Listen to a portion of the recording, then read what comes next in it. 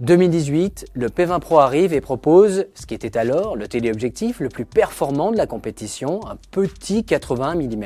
Petit? Oui. Parce que 2019 est là et le P30 Pro est là avec quoi? Avec rien de moins qu'un 135 mm. Mais loin de jouer uniquement la surenchère du téléobjectif, Huawei tente de créer le smartphone le plus compétent et le plus polyvalent en photo et intègre en marge de ce 135 mm, lui aussi, comme Samsung, un ultra grand angle.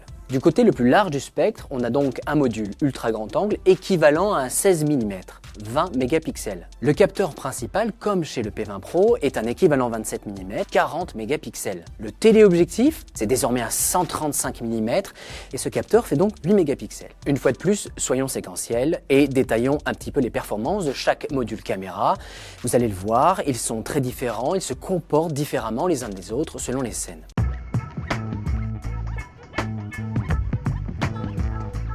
Merci Samsung d'avoir intégré un ultra grand angle et là merci Huawei d'avoir fait comme Samsung. À quelques semaines près, l'un n'a pas copié l'autre, c'est juste une tendance du marché.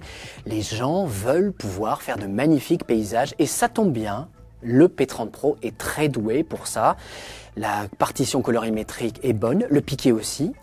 J'avais reproché, si vous vous rappelez un petit peu, au Samsung Galaxy S10 d'avoir un peu de mal à corriger les aberrations chromatiques. Ici, Huawei marque un point car les aberrations chromatiques sont quasiment absentes à part cet effet de flair que vous pouvez voir sur cette photo.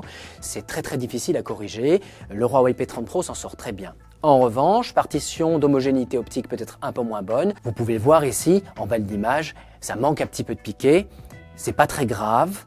Quand on fait des photos en extérieur, ça reste très bon et on est généralement plutôt concentré sur la partie intérieure de l'image et il n'y a que les testeurs et les pinailleurs qui passent leur temps à les voir dans le coin inférieur gauche de l'image. En basse lumière, c'est plutôt bon qu'on va pouvoir donc à l'intérieur d'une église, ici en plein milieu d'un stade de football, produire de magnifiques images tant qu'on ne zoome pas à 100% et tant qu'on n'est pas allergique aux effets de lissage assez forts. Vous l'avez compris, ce module ultra grand angle est un plaisir à utiliser. Il y a un peu de bruit numérique, il n'y a pas de perfection optique, mais il y a de belles couleurs, il y a du punch et il y a surtout des images qui, comme celles produites par le Galaxy S10, étaient impossibles à réaliser avec les smartphones de la génération précédente. Ce module grand angle est l'un des meilleurs du marché. Il est très différent de ce que produit Samsung en termes de résultats d'image. On a des contours qui sont bien mieux dessinés. Merci les 40 mégapixels pour produire une image de 10 mégapixels. On a peut-être des gradients qui sont un peu moins doux, notamment que le Pixel 3 qui a un rendu relativement naturel, relativement chaud. Quand je parle de gradient ici, je parle de la douceur des transitions. Huawei a tendance à surinterpréter les détails et quand on passe d'une zone à l'ombre, par exemple d'un objet à des feuilles derrière, il y a un peu plus de relevé, un peu plus de piqué, parfois un peu artificiel chez Huawei, mais on a surtout des images bonnes en toute situation. En plein jour, si vous shootez en mode normal sans le mode IA, les couleurs sont bien moins pétantes que la génération précédente, les images sont toujours détaillées, en haute lumière comme en basse lumière, et on peut toujours dire merci à Huawei pour le mode nuit qui permet avec ce capteur d'obtenir, regardez, là la scène, c'est une scène prise de nuit, je n'ai pas de trépied, je le tiens dans les mains, l'image est au cordeau.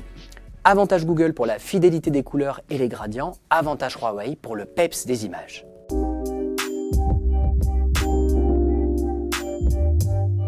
En basse lumière, on n'utilise pas ce module, contrairement au module d'Apple et Samsung. Pourquoi? La couverture angulaire est trop resserrée, l'ouverture f3.4 à peine suffisante. On va se retrouver avec beaucoup trop de bruit, pas assez de netteté, des détails qui sont bien trop lissés. On oublie. Ça peut dépanner, regardez les photos de ce stade de football. Voilà, on voit sur cette image au 135 mm, on a des détails, on ne peut pas voir les visages des joueurs, mais si vous les connaissez, ce qui n'est pas mon cas, vous allez pouvoir savoir qui joue quoi. Si vous regardez le zoom numérique, qui double cette focale 270, c'est de la purée en basse lumière, on oublie complètement. Maintenant, du côté clair de la force, regardez ces images de la merveilleuse ville de Marseille. Regardez. On est en plein soleil, je suis tout à fait d'accord, on est en extérieur. Imaginez, vous faites la même chose en vacances. Eh bien oui, vous pouvez faire la même chose en vacances. On passe de l'ultra grand angle au grand angle et au 135 mm. En haute lumière, le P30 Pro fait tout. il fait le paysage, il fait les photos de tous les jours et il fait, regardez le niveau de détail, on peut compter les tuiles sur ces images, il fait les images de détail.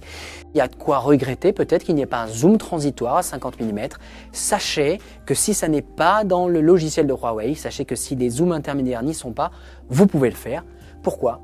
Parce que Huawei a pris un risque en vous proposant un super téléobjectif, mais il a assuré ses arrières d'un point de vue technologique. Le capteur de 40 mégapixels et la moulinette numérique permettent, en faisant le pinch and zoom, d'obtenir la même focale qu'obtient un iPhone ou un Galaxy S avec peu ou prou la même qualité d'image.